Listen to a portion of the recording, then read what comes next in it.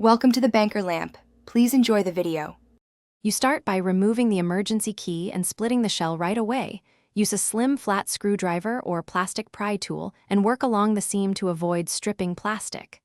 Once the halves separate, lift the PCB and battery straight up, keeping track of button orientation and battery polarity. Make sure to place components on a clean cloth in order. This prevents scratches and lost springs. If your fob has rivets, stop and get a replacement shell that supports board transfer before proceeding.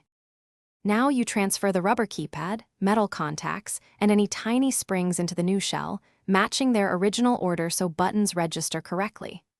Once done, seat the PCB gently into the new casing and reinstall the battery with correct polarity.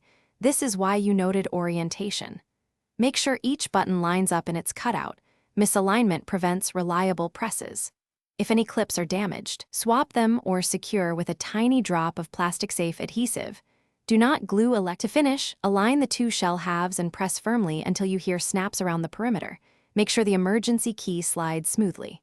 Once closed, test all functions from 3 to 10 feet away. Lock, unlock, trunk, panic, and remote start if present to confirm proper operation. If a function fails, reopen the shell and inspect contact pads, button orientation, and battery seating. Check for bent pins or loose solder and receipt parts. If still dead, try a fresh battery before ordering a replacement. Thanks for watching. If this was helpful, leave a like and consider subscribing. See you next time.